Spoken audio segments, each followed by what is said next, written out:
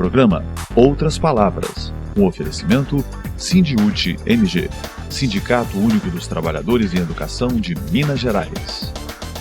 Olá, veja nesta edição, DIEESE comemora 60 anos promovendo um seminário sobre a valorização do trabalho e do salário mínimo. No momento CUT Minas, a luta dos eletricitários por um acordo de primarização na CEMIG. Na atualidade, o lançamento do mais novo livro da professora Jussara Pasqualino, Presenteísmo Docente. De Brasília, as notícias da CNTE.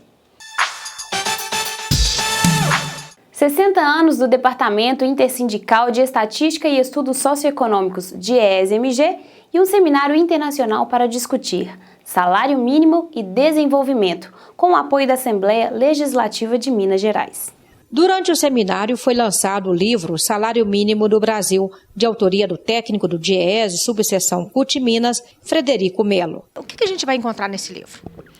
O livro traz uma série de discussões sobre o salário mínimo. Traz desde uma análise mais conceitual sobre o que é o salário mínimo, traz o histórico do salário mínimo no mundo e no Brasil, as funções que o salário mínimo exerce no Brasil e depois conta um pouco as campanhas das centrais sindicais em torno da valorização do salário mínimo, a conquista da política de valorização do salário mínimo, dos seus resultados e dos seus desafios.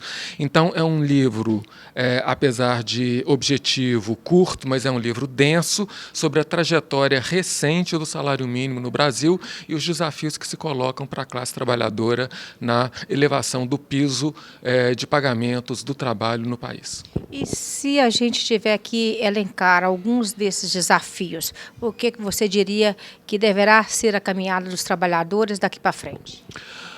Eu diria que o grande desafio é persistir na trajetória de valorização do salário mínimo e de enfrentamento das desigualdades sociais. A história do DIEESE se confunde com a do Sindicato dos Jornalistas Profissionais de Minas Gerais, até porque foi essa entidade sindical que abriu as suas portas para acolher as discussões sobre a criação do DIEESE. Naquela época, há 60 anos atrás, Dídimo Paiva, um dos homenageados do seminário, era o presidente do Sindicato dos Jornalistas. São 70 anos do Sindicato de Jornalistas, 60 anos de DIEESE, e você, no meio dessa história toda, abrindo a casa dos jornalistas para essas discussões. Como é que você vê hoje o papel dos jornalistas nessa construção da democracia? Como é que estamos hoje? Estamos caminhando para trás ou não? Não estão tendo participação nenhuma. O que eles publicam, a gente já sabe que tem internet, então é preciso reescrever o jornalismo. No meu tempo eu não aceitei um emprego. Todos eles têm emprego. Quem tem emprego do governo não pode lutar contra o governo. Esse ano é um ano de homenagens de datas redondas. O DIEESE está completando 60 anos, o nosso sindicato completou no dia 6 de setembro 70 anos e há 50 anos nós ocupamos a sede do nosso sindicato, que fica aqui no centro de Belo Horizonte, na Alves Cabral, número 400. E a sede do sindicato foi o primeiro local que abrigou o DIEESE em Minas Gerais e o primeiro coordenador foi o nosso presidente na época, que é o Dídimo Paiva. O sindicato aqui hoje foi homenageado por causa dessa história, e principalmente o Dídimo Paiva, que foi o presidente do nosso sindicato, que ainda durante a ditadura enfrentou todas as pressões, todas as opressões, levou para dentro do sindicato não só a fundação do DIEESE, mas lá dentro do sindicato foram fundados várias outras instituições, vários outros sindicatos, centrais sindicais. O Dídimo transformou a nossa casa, que é a Casa do Jornalista, na Casa da Democracia. Transformou aquela casa ali na Casa da Resistência à Ditadura, na Casa das Diretas. E aí, depois daquilo ali, nós tornamos referência cada vez mais, não só para a nossa categoria, mas para toda a sociedade mineira. O Sindicato Único dos Trabalhadores em Educação de Minas Gerais, Sindiúti MG, em parceria com a subseção do DIEESE-MG, realiza uma pesquisa inédita via internet para todo o Estado. Seu objetivo é traçar um perfil dos trabalhadores e das trabalhadoras em educação de Minas Gerais. O sindicato busca ainda se instrumentalizar para aprimorar ainda mais os seus processos de negociação com o governo do estado e, assim, atacar os problemas existentes na escola pública e na profissão de educador. Se você é trabalhador em educação da rede estadual, responda à pesquisa através do site sindiutmg.org.br. Mais de 500 militantes do Movimento dos Trabalhadores Rurais Sem Terra, MST, ocuparam no último dia 13 o Ministério de Minas e Energia em Brasília. O ato aconteceu em solidariedade à greve dos petroleiros e aos atingidos pelo rompimento de barragens em Mariana, Minas Gerais. Além de pressionar o governo federal para que receba e negocie a pauta dos petroleiros, líderes do MST também reforçaram o pedido. Fora presidente da Câmara Federal, fora Eduardo Cunha. Educação em debate.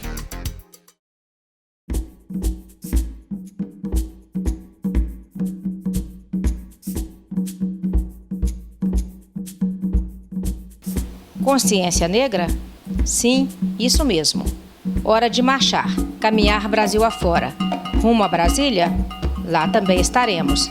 Marchando com as mulheres negras, contra todas as formas de opressão, discriminação e violência de gênero. O que está sendo tratado sobre a educação ética racial, apesar de uma lei que mudou a lei maior da educação? Como está andando o debate preocupante do racismo com esses alunos, sendo que a cada dia nós estamos vendo práticas racistas, tanto na escola quanto na sociedade e em outros lugares? Por que a temática do negro ainda não é levada para a sala de aula? Espero que façam debate dentro das escolas e que realmente a escola entenda que nós temos um divisor ético-racial desde o Brasil colônia muito sério e que ele só pode melhorar a partir do momento que a educação, que os nossos educadores entenderem que está nas mãos deles, transformar, trazer um novo tempo de dignidade, de novas relações sociais e raciais e realmente lutar eternamente por um processo abolicionista. Dia de dizer não à intolerância religiosa e ao racismo. Diante do Congresso Nacional, para também dizer não à volta da ditadura militar. Levantamos bandeira pela implementação da Lei 10.639 de 2003, que torna obrigatório o ensino da história e da cultura afro-brasileira e africana em todas as escolas do país. A dificuldade que nós temos é que este debate, geralmente, ele não é feito na escola, por conta de vários problemas que nós estamos enfrentando. Inclusive, o desconhecimento da lei. A lei não chega até a escola. Então, isso é um grande desafio. Nós temos uma lei que veio para corrigir, é uma lei boa, tem um parecer que é extraordinário, mas os trabalhadores da educação, eles ainda não conseguem ter o acesso. Existe uma omissão do Estado e existe um desconhecimento do trabalhador da educação. Então, nós precisamos, nesses 11 anos, nós temos um trabalho do movimento negro, as pessoas ligadas ao movimento negro e ligadas à educação têm feito um brilhante trabalho, mas nós não temos uma ação coordenada pelo Estado, coordenada pelas prefeituras, para que esse momento de debate e formação, ele possa, de fato, se concretizar no chão da escola. A nossa marcha não para. Essa resistência herdamos de Zumbi dos Palmares, Dandara e tantos outros que empunharam e continuam a levantar a bandeira da igualdade racial. Não vamos nos intimidar. O nosso grito é pelo fim do extermínio dos jovens negros e das nossas meninas de tranças. Já me chamaram de várias coisas, Tição, Zulu, mas eu tento seguir pra frente, não lidar, não rebater. Eu sigo de frente, eu olho, quando a pessoa vai falar isso comigo, entra no ouvido, sai no outro, sempre levando um sorriso na cara e alegria. Agora sim comigo, agora mais nessa fase adolescente assim, tem parado. Mas antes tinha muito na escola.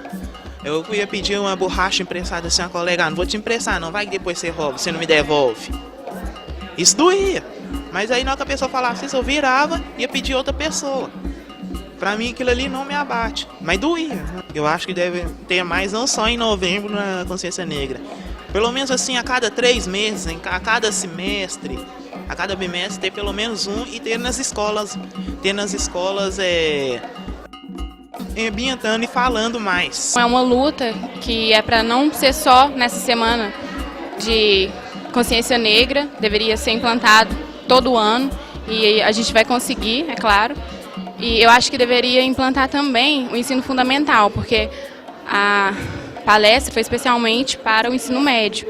E eu acho que começa desde pequeno a quebrar esse preconceito e a conviver com as pessoas sendo todos iguais. E é meio esquisito, porque a nossa cultura vem totalmente dos negros. Nós somos todos negros, de cultura negra, e isso não é vergonha para ninguém. Portanto, a marcha continua. Ela tem a cor da nossa raça, da nossa força, da nossa gente, do nosso Brasil, da nossa África.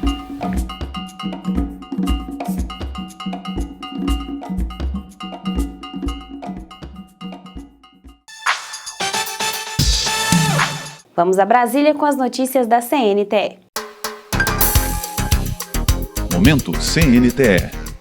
A Marcha das Mulheres Negras 2015 reuniu em Brasília gente de todo o país em torno da mesma bandeira: o protagonismo da negra brasileira. Porque o Brasil tem uma dívida histórica para com as mulheres negras.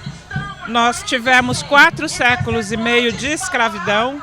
Essas mulheres nutriram a população deste país com seu sangue, com seu leite, com seu trabalho.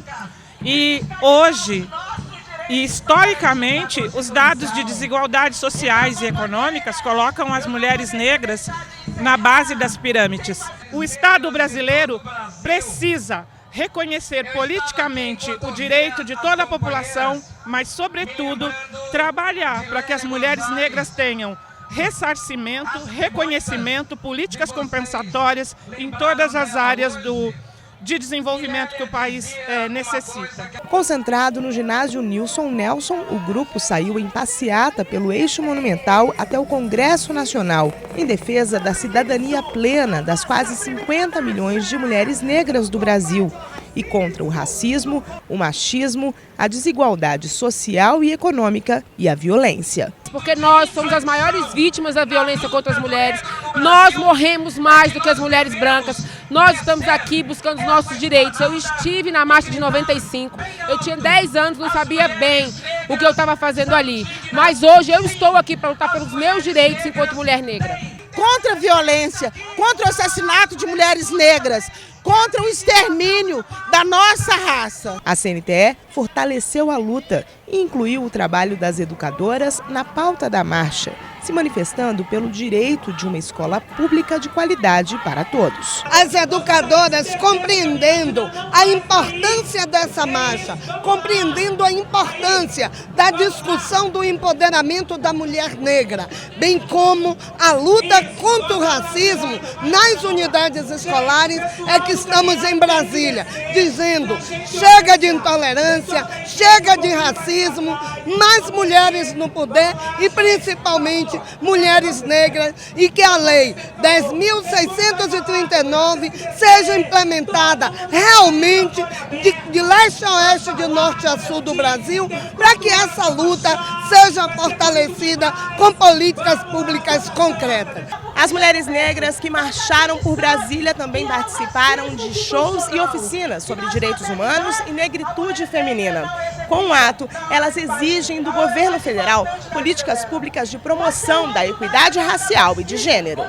A marcha é um momento importante para que as mulheres negras possam trazer as suas reivindicações para a sociedade de um modo geral, para nós do governo federal. É um momento de avaliação dos avanços que nós temos construído nas nossas políticas voltadas para as mulheres e em que elas tocam as mulheres negras, e também um momento de pensar os desafios que nós temos pela frente. O mapa da violência, quando apresenta os dados sobre a mulher negra, da violência, 54%, um número significativo de mulheres que sofrem a violência, sendo as mulheres negras, ele nos mostra que nós ainda temos muito que superar sexismo e racismo no nosso país. E esse é um papel dos governos e é um papel da sociedade brasileira. brasileira como um todo. Nós vamos engrossar as fileiras do combate ao racismo dentro da educação. Isso aqui hoje é uma aula de cidadania, com todas as trabalhadoras, com todas as sindicalistas, com todas as mulheres negras do Brasil, que nós vamos fazer a diferença. A diferença é lutar contra o racismo, porque nós queremos viver num país onde nós, mulheres negras, nossos filhos têm os direitos absolutamente respeitados. Racismo é crime, e se ele é crime, ele será punido. Nós temos que, então, dizer para as pessoas que nós não queremos viver num país onde as pessoas elas discriminam as outras pela cor da pele. A educação vai ter que ter essa tarefa de conscientizar, de ajudar o Brasil a ser melhor. E ser melhor significa nós respeitarmos o povo negro no Brasil. A professora doutora em Educação pela Universidade Federal de Minas Gerais, Jussara Pasqualino, acaba de lançar o livro que trata do presenteísmo docente. Ela é a nossa convidada hoje no Atualidade. Atualidade. Olá, hoje vamos falar sobre presenteísmo e trabalho docente. É esse o título do livro da professora Jussara Pasqualino e a Dailton Altoé. E a professora Jussara está aqui conosco. O título do seu livro já chama atenção, porque não é um termo muito utilizado, né? Eu já ouvi falar, por exemplo, em absenteísmo, que é falta ao trabalho, falta temporária, né? Às vezes por causa de doença ou outros motivos, não é o caso de a gente discutir aqui. Você trabalha com presenteísmo. Exatamente. O que é o presenteísmo? A gente vê a perspectiva de uma coisa que está bem invisível dentro da escola. É como você colocou, o absenteísmo está divulgado, a mídia tem colocado, muitas prefeituras e muitos estados têm cobrado do professor a sua frequência de uma maneira muito forte e às vezes de maneira até rude, tentando diminuir as licenças médicas que aquele profissional vai ali com aquela necessidade de melhorar a sua saúde. O que é o presenteísmo? É o contrário. É aquele profissional que vai trabalhar doente. Ele sabe que ele não está bem, mas ele vai postergando, ele vai atrasando, ele vai ali se entregando a qualquer momento. Ele fala, não, eu vou deixar no período de férias, eu consulto o médico. Não, pode deixar, essa cirurgia eu faço mais para frente. E muitas vezes esse profissional ele não dá conta que ele já está doente, de uma maneira muito forte. Então, por um sentimento de responsabilidade, de ideal, ele vai trabalhar doente. Professora, quando um aluno está doente, geralmente os seus pais recomendam que ele não vá, né, à escola, assistir a aula naquele dia, leva ao médico, a menos que seja uma coisa muito simples, né, um mal passageiro, e nesse caso a família está cuidando do aluno. No caso do professor, quem cuida do professor? Infelizmente, ninguém está cuidando do profissional do cuidado. Ele cuida de todos, ninguém cuida dele. Nem a própria equipe da escola, que fica muitas vezes focado no gestor, o gestor não é o único, a equipe toda deveria estar unida num trabalho coeso de troca de saberes, de troca de experiência, de vivência e mais ainda de acolhimento com o outro. Quantas vezes a gente tem um profissional que está chegando numa escola, às vezes inseguro, às vezes traumatizado com uma experiência que ele viu de violência, um tipo de agressão que ele sofreu, e ele chega na escola como se nada tivesse acontecendo. É ele com o trabalho dele sozinho. Então, quer dizer, ele está sozinho. Isso se pensar na escola. Agora, as políticas públicas, infelizmente, ainda não têm valorizado em nada o professor. Eu vi pelo seu livro, Jussara, você faz assim um resgate conceitual, né, com vários teóricos, etc. Mas você trabalha também uma pesquisa empírica, com dados, né? Sim. Você tem dados aqui de algumas cidades brasileiras, estado de São Paulo. É grande o número de pessoas, primeiro, que se afastam do trabalho por motivo de doença, ou aqueles que permanecem no trabalho mesmo doentes. Já é possível ter um banco de dados sobre isso para efeito comparativo? Olha, o banco de dados sobre o absenteísmo ele tem crescido a cada ano. Realmente esses dados têm assim avolumado muito. A gente tem percebido que muitos professores estão adoecendo por causa da profissão. Infelizmente, como eu comecei falando, o presenteísmo é um assunto que ainda está invisível. Ele ainda não é percebido ainda nas relações que acontecem dentro da escola. Então, muitas vezes, esse profissional vai trabalhar com uma dor de cabeça, se automedicando nos intervalos de aula. Eu falo que remédio para dor virou quase que uma bala. Eles perguntam assim, você tem algum remédio para dor aí? Já anda com aquilo na bolsa. Já anda com aquilo na bolsa, quer dizer, já faz parte de eu trabalhar com aquela dor, sobreviver àquele momento. Então, o que esse professor também não percebe é que muitas vezes aquela dor não é uma dor de um momento, é uma dor recorrente, que está mostrando ali um sinal que o corpo não está bem. Porque o trabalho do professor é uma atividade também muito complexa, que lida com problemas trazidos pelos alunos, problemas sociais, né? Isso adoece muito as pessoas. Exatamente. O professor, ele sente um trabalho muito pesado. Nós estamos vivendo uma sociedade com vários problemas. E isso, na sala de aula, é um palco. Ali aparece cada hora um problema maior. E ele tem que mediar isso o tempo todo. É difícil, são as relações de família, é muitas vezes a pobreza extrema, é as situações, muitas vezes, do tráfico. Quer dizer, quantas situações difíceis esse professor tem que conviver dos alunos. Mas também tem os problemas dele. A desvalorização profissional, o salário baixo, a pouca possibilidade de ter leituras, de ter divertimentos, de ter lazer, de um cinema, de um teatro. Tudo isso também mina. Numa empresa privada, numa fábrica, por exemplo, se falta um operário, é preciso ter alguém para substituí-lo, né? Em alguns casos, existem até reservas, dependendo da atividade econômica. Na escola, parece-me que existe a falta de professores, né? Como é que faz para substituir, por exemplo, um professor quando ele falta? Olha, cada situação, cada escola resolve de uma maneira, mas a falta desse profissional, ele é muito sentida, ela é sofrida no interior da escola. E muitas vezes esse profissional vai trabalhar doente em consideração com a equipe de trabalho, em consideração aos seus alunos, porque ele sabe que vai fazer uma falta muito grande. Então ele fica sempre nesse impasse. Eu vou, não, se eu faltar, o desgaste vai ser maior. E é claro que tanto a falta dele quanto a presença dele em condições assim não adequadas de saúde, isso causa um impacto para toda a comunidade, né? Para ele, em primeiro lugar, para os outros colegas de trabalho também, né? Olha, realmente... Sem querer, evidentemente, culpar o professor por isso, né? Porque ele é um ser humano como nós todos, né? Que trabalha numa escola. Eu estava conversando com você há pouco e dei o exemplo de uma professora que chegou na escola, sentou do lado da diretora e falou com ela assim, acabei de internar meu filho no hospital para drogados. A diretora falou assim, então hoje você fica aqui e eu vou lecionar no seu lugar. Quer dizer, olha a atenção e esse carinho dessa diretora de perceber que aquela professora mãe naquele dia não tinha como assumir uma turma. Quer dizer, esse professor, é uma pessoa que tem todos os seus problemas também, mas que tem que estar na frente de uma turma com ânimo, com disposição, com incentivo, porque senão como que ele vai fazer com seus alunos? Como é que ele vai estimular seus alunos? Então, muitas vezes, esse professor vai carregando um peso muito pesado para a sala de aula. Então, o seu livro, que inclusive tem o apoio do Sindiúti, você aponta aqui nas considerações finais sobre a necessidade de políticas públicas, de valorização do professor, de um desenvolvimento participativo desse ambiente escolar. Isso falta muito no Brasil, né? Nós temos experiências boas nesse sentido? Não. Olha, eu falo o seguinte, que eu tenho que agradecer ao sindicato pela oportunidade de me ajudar na publicidade desse livro, porque é um tema que muitas vezes as pessoas querem deixar escondidinho debaixo do tapete. É como se as coisas estivessem acontecendo num ritmo normal. Não é. Esse professor está adoecido, ele está sofrendo, e isso está fazendo com que ele carregue um peso e uma culpa muito maior de um trabalho que ele realiza muitas vezes com amor e com sacrifício.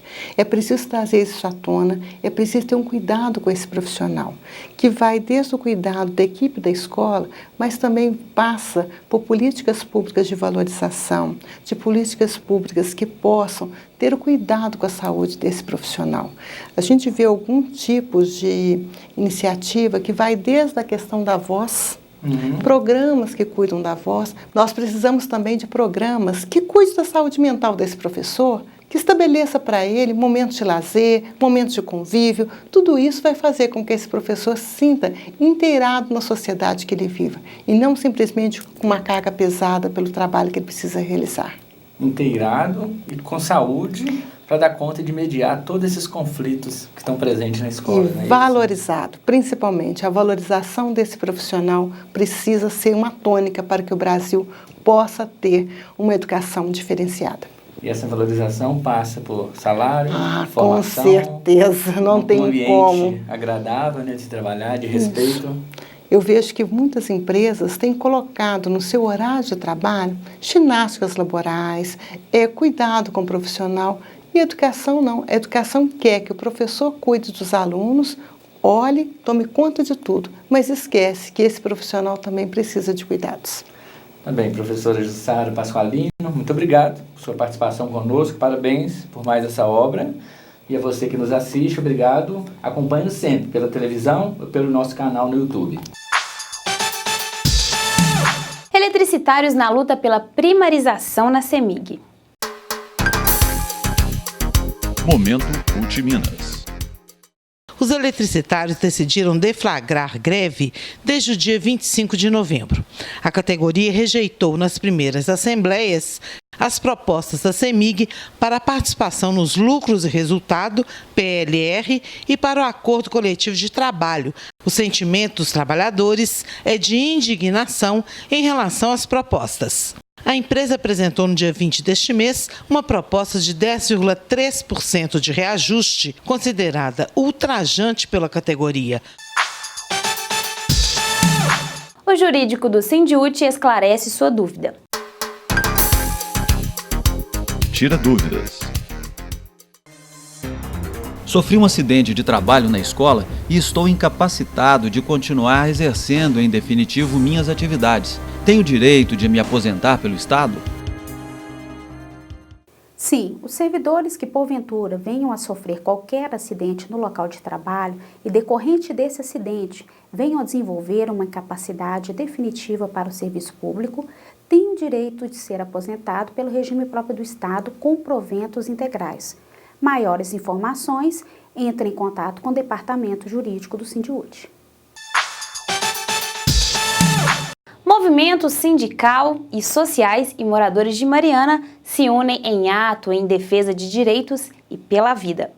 Representantes dos movimentos sindical e sociais e da mídia alternativa Brasil de Fato e Jornalistas Livres fizeram uma roda de discussão na sede do Sindicato dos Jornalistas no último dia 19 em Belo Horizonte. Silêncio da Lama, a cobertura da mídia sobre a tragédia de Bento Rodrigues, em Mariana, denunciou o bloqueio imposto pela Samarco Mineração, empresa do grupo Vale BHP, durante essa tragédia. O debate foi realizado pela sede mineira do Centro de Estudos da Mídia Alternativa Barão de Itararé e contou com as presenças da presidenta da CUT Minas, Beatriz Cerqueira, e de Sônia Mara Maranho, do Movimento dos Atingidos por Barragens, MAB. Nós estamos muito preocupados porque o que nós temos percebido é que a empresa já tem mais de 400 funcionários fazendo um trabalho de base com os atingidos e tentando negociar de forma isolada, de forma rápida, de forma escondida da sociedade. Então, esse ponto ficou muito claro para a empresa. Segundo ponto de pauta que nós colocamos, inclusive já entregamos para a presidenta Dilma e para o governo Pimentel quando eles estiveram sobrevoando o local. A presidenta Dilma disse que era mais ou menos aquilo também que ela estava pensando, então agora é um processo de cobrar, tanto do governo federal quanto do governo estadual, a responsabilidade e uma postura que os mesmos fiquem do lado dos atingidos, do lado dos mineiros e do lado dos trabalhadores que produzem a riqueza desse nosso país e desse Estado. No segundo ponto, então, tentando colocar os pontos da pauta que foi entregue, é de que as famílias precisam, desse momento, sair dos hotéis, dos quartos de hotéis. Tem lugares onde tem 5, 6 famílias morando todas juntas no mesmo quarto, sem condições dignas de vida. Então, nós estamos exigindo da empresa que alugue casas imobiliadas com móveis, que as famílias consigam ter uma vida digna e que tenha para as famílias uma reparação de um salário por pessoa, para que elas consigam sobreviver nesse período enquanto elas pensam a forma e ajudam a construir a nova vida que elas precisam ter.